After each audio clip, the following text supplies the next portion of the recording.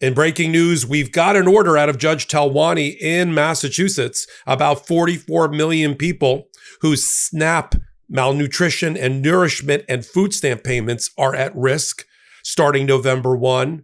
And she's giving the government one more chance by Monday to now use the $6 billion worth of contingency reserve funding, a rainy day fund that was set up to start paying SNAP payments. So she's found that it's likely that the states who brought this case, 23 states, including California, Massachusetts, will prevail on the merits.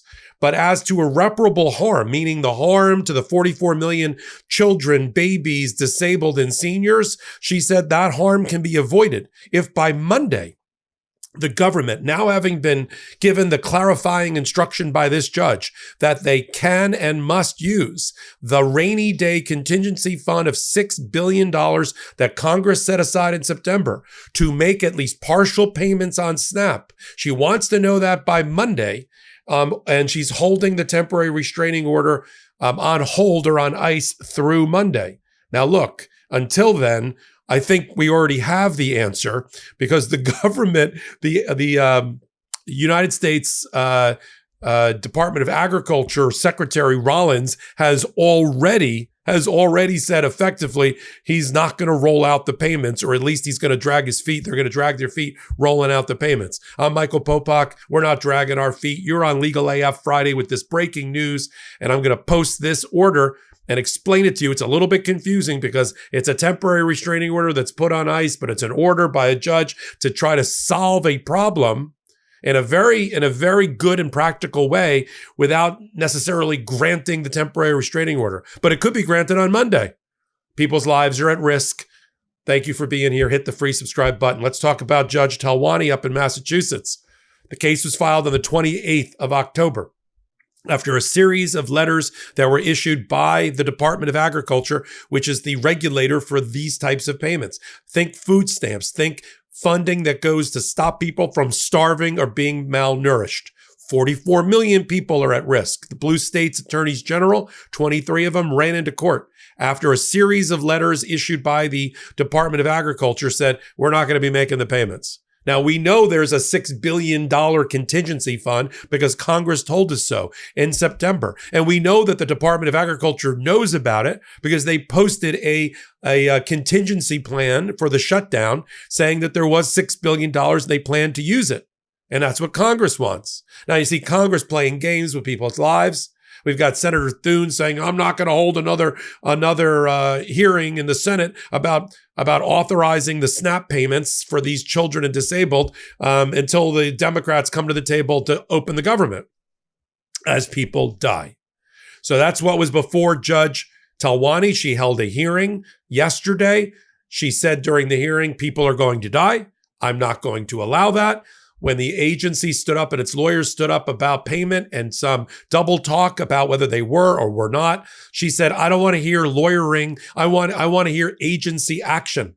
She said, my interpretation, which is reflected in the order I'm about to read you, is that you don't need to suspend the program. You just need to partially fund the program using the $6 billion that you have with staggered payments. In particular, here's what the judge says starting on page 9 of her order, which again, I'll post on Substack Live. At core, defendant's conclusion, that's the Trump administration, that the U.S. Department of Agriculture is statutorily prohibited from funding SNAP, that's this food stamp malnutrition program, because Congress has not enacted new appropriations for the current fiscal year is erroneous. To the contrary, defendants are statutorily mandated to use the previously appropriated SNAP contingency reserve, that's the $6 billion, when necessary, and also have discretion to use other previously appropriated funds as detailed below. Like you, as an agency, go grab the contingency fund, go find other money, and avoid this problem. This is the judge signaling to the government, I'm going to come down hard on you on Monday if you don't take the right agency action here and protect people.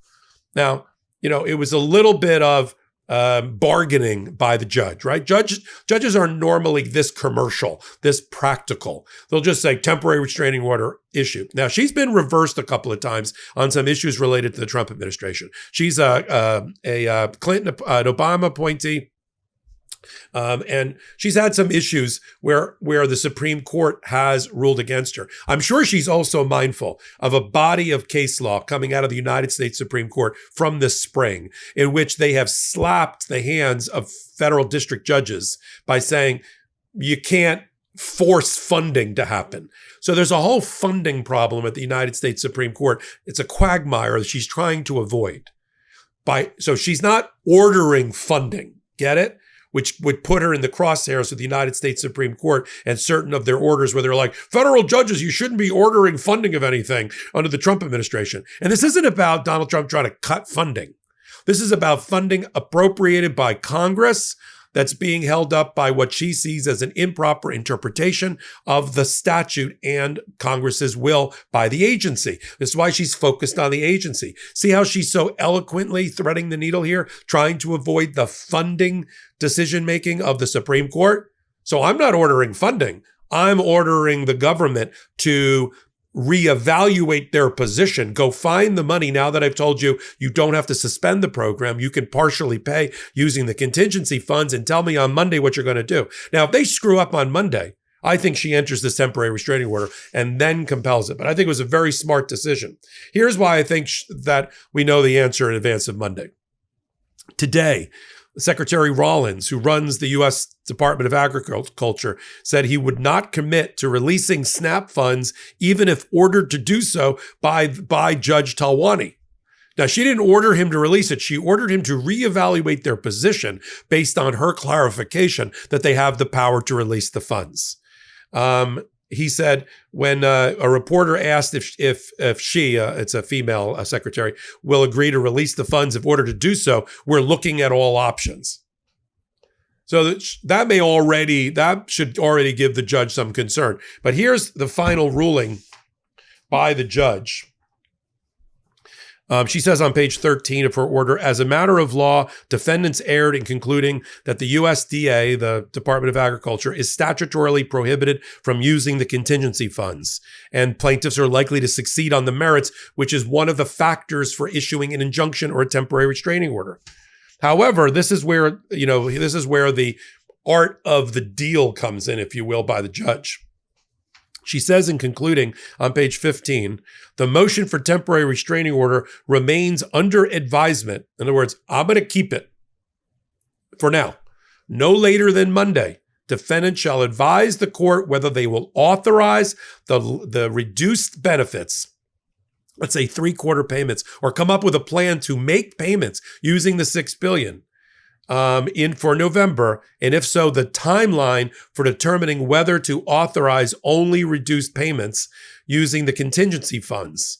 And she wants to know that on Monday. Then she's going to reevaluate the temporary restraining order. So it's a clarification and an instruction, a deadline.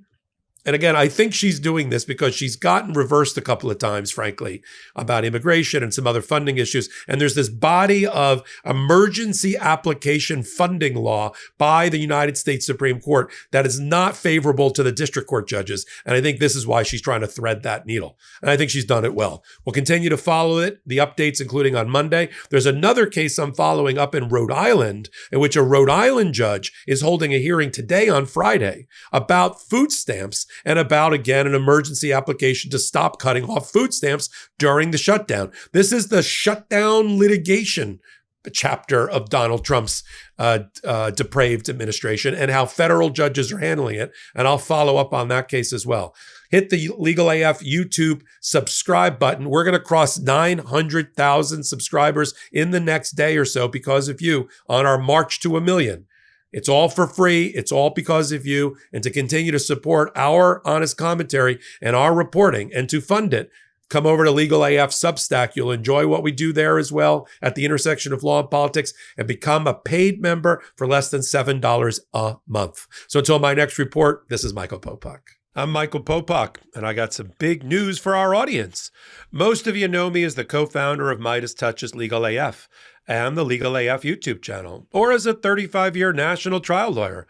Now, building on what we started together on Legal AF, I've launched a new law firm, the Popok Firm, dedicated to obtaining justice through compassionate and zealous legal representation.